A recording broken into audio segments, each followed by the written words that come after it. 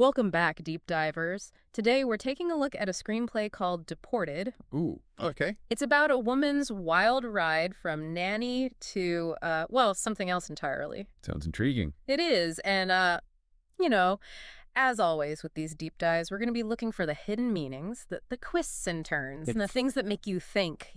Exactly. So this is fiction, of course, not a news story. Right. But we can still learn something from these narratives, right? Absolutely. They hold a mirror up to real life in a way. Yeah, absolutely. They make us question our own choices and assumptions. Exactly. And this screenplay is packed with those kinds of moments. Can't wait to unpack them. Me too.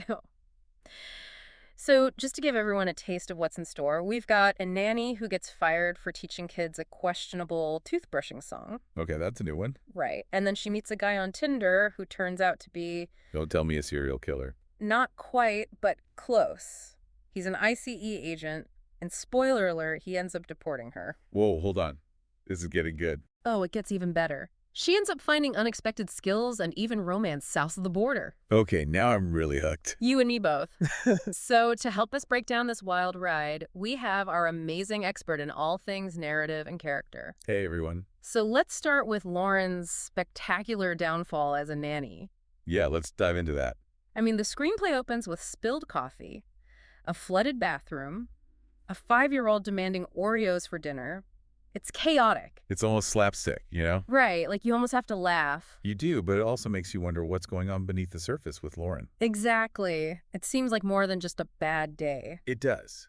It makes me think those spilled lattes and missed deadlines could be masking something deeper. Like what? Maybe a fear of responsibility or commitment. Interesting. It's almost as if her chaotic energy is a way of avoiding adulting. Okay, I see where you're going with this. So it's not just about being a bad nanny. Right. It's about her struggling to navigate the whole adulting thing. Exactly. And that struggle becomes even more apparent at the airport. Oh, yeah, the ID scene. The ID scene. She's literally digging through trash cans, missing her flight.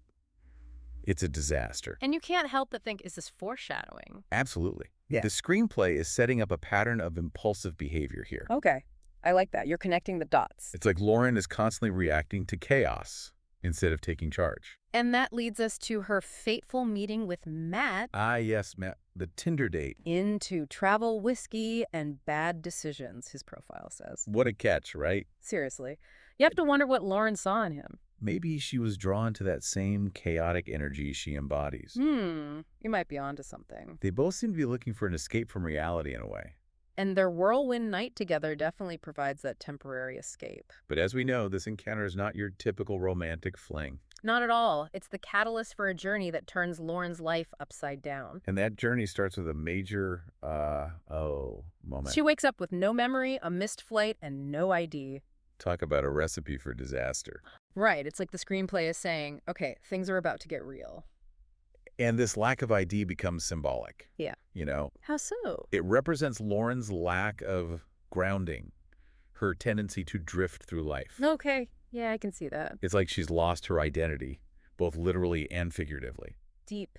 So we've got this chaotic energy, this fear of commitment, and now a lost ID. And then we add Matt's secret identity into the mix. Oh, yeah. Matt, the ICE agent. Dun. Right. It's like, wait, what? The reveal adds so much complexity to his character. It does. You start to question his motives. Exactly. Is he just doing his job, or is there something more going on?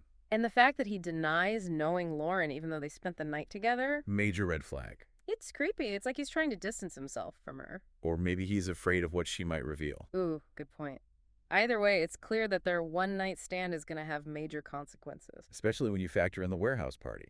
Ah, yes. The party that Kimber, the influencer friend, basically forced Lauren to attend. The one with the whole acid trip scene. Which seemed like just a funny side note at the time. Right. But now it takes on a whole new meaning. It's like the writer is constantly weaving together these seemingly insignificant details. Exactly, creating this web of foreshadowing and suspense. Okay, so we've got a chaotic nanny, a shady IC agent, and a party that's about to be raided. And we're just getting started. This is going to be good. Okay, so last time we left off with Lauren being deported by Matt, her Tinder date, the ICE agent. Right. What do you think his deal is? I mean, was he just like a jerk, or is there something more to it? It's tricky, isn't it? It is. I mean, on the surface, it looks like wounded pride, right? She basically ghosted him. Yeah. But there's this need to control her. This, need to exert his authority. Yeah. It suggests something deeper. Like, what do you think is going on? Well, he's not just a heartbroken ex, is he? He's a man who uses his power to manipulate. That's a good point. I didn't think of it like that. It's about power and control, not just romantic rejection. Okay, and what about that phone call he made from the gas station? Oh, yeah, the one with the coded language. Yeah, it was creepy. Waco 1375 or something like that. Chillin', right? It is. So what do you make of that? Well, it hints at a network, maybe even a criminal enterprise. Oh, wow. Something operating outside the law. So he's not just a rogue agent. It seems that way, yeah. He's entangled in something much bigger. Potentially, yeah. And then he said something about taking care of the last one and mentioned a $20,000 payment. Oh, right. Like he's hiring someone to do his dirty work. It certainly seems that way. But why target Lauren specifically? That's the million-dollar question, isn't it? It is. What makes her a threat to him and this, organization? Well, did she see something at the warehouse party? Maybe.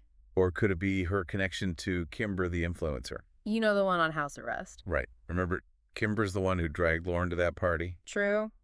So Kimber might be a pawn in all of this. Either knowingly or unknowingly. Right. So we've got Matt's shady dealings, but let's get back to Lauren. Okay. She's on a bus to Mexico, right? Total culture shock. A fish out of water. Exactly.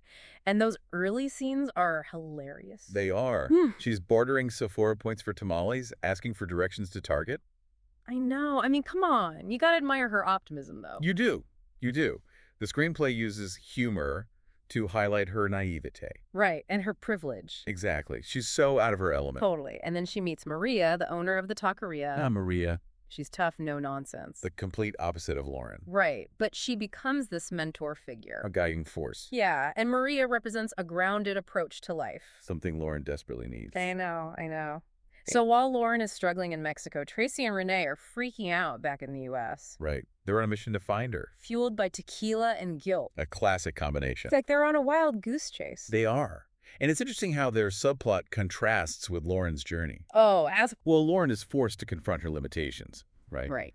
But Tracy and Renee are clinging to their familiar routines. They represent that comfort and security that Lauren has left behind. Exactly. It's like two different ways of dealing with crisis. I like that. And then there's that bombshell. What's that? The news report about the bus attack. Oh, yeah. It wasn't just random criminals. They were looking for Lauren. Right. This changes everything. It does. The Yeah. stakes are suddenly much higher. It's not just a deportation anymore. It's a deliberate act. And Matt is clearly involved. His warnings about Mexico now seem more like threats. Exactly. He wanted her gone. And he was willing to use any means necessary. It's scary how far he's willing to go. It is. And then Trent shows up, Matt's partner. the one who seems to be playing both sides. Yeah. What's his deal? Well, he rescues Lauren and her friends from the bandits. But he also seems to be protecting Matt. He's an enigma. Totally. Is he a good guy or a bad guy? It's hard to say. He adds this ambiguity to the power dynamics. Okay, so we've got corrupt agents, a bus attack, and a mysterious partner. And let's not forget the romance. Oh, yeah, Lauren and Diego? They start off clashing. But then it becomes something more. Diego challenges Lauren He does. He pushes her out of her comfort zone. and helps her discover her strength. That tamale-making scene, Oh, yeah. you could feel the chemistry. It's a turning point in their relationship. But is it just a temporary escape? That's the question, isn't It is. But just when things seem to be calming down, What happens? Lauren has to flee again. Oh, no. This time with Tracy and Renee, They're on the run. hunted by unknown forces. And their escape route leads them to the U.S. consulate. In Ciudad Juarez. It's like a thriller mixed with a road trip comedy. The stakes are high, but the humor is still there. It's a delicate balance. So last we left off, Lauren, Tracy, and Renee are speeding towards the U.S. consulate in Ciudad Juarez. Right. Trying to outrun those bandits. And whatever Matt is up to. Yeah.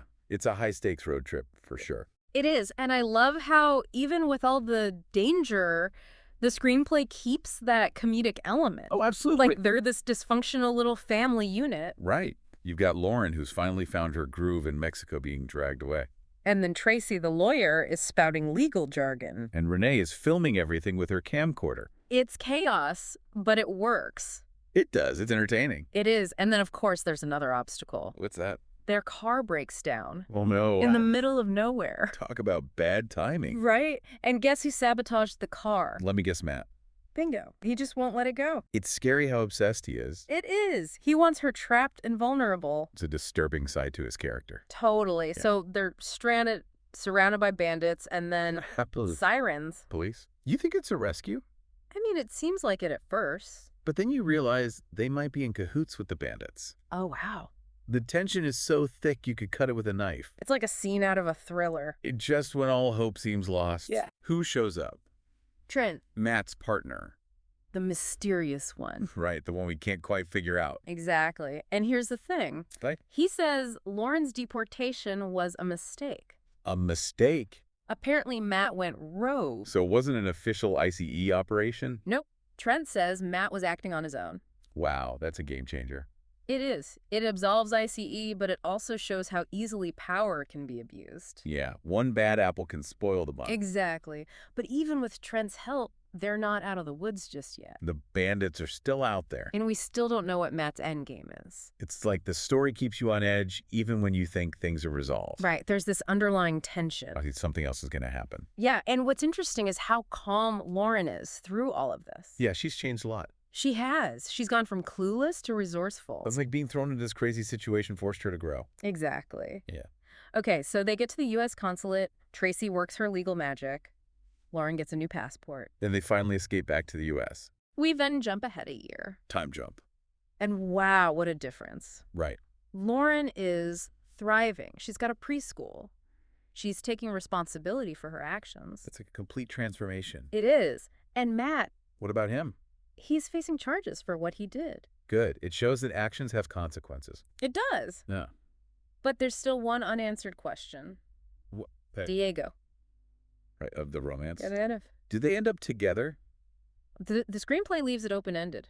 Oh, really? We see Lauren go back to the taqueria. Their special place. But Diego isn't there. So we don't know if they reunite. It's left to our imagination. And the way she trips and spills tacos. Classic Lauren. Right. It's like a reminder that she's still her, even though she's grown so much. It's a nice touch. I like that. It's bittersweet. Yeah, it is. So what are your final thoughts on Deported?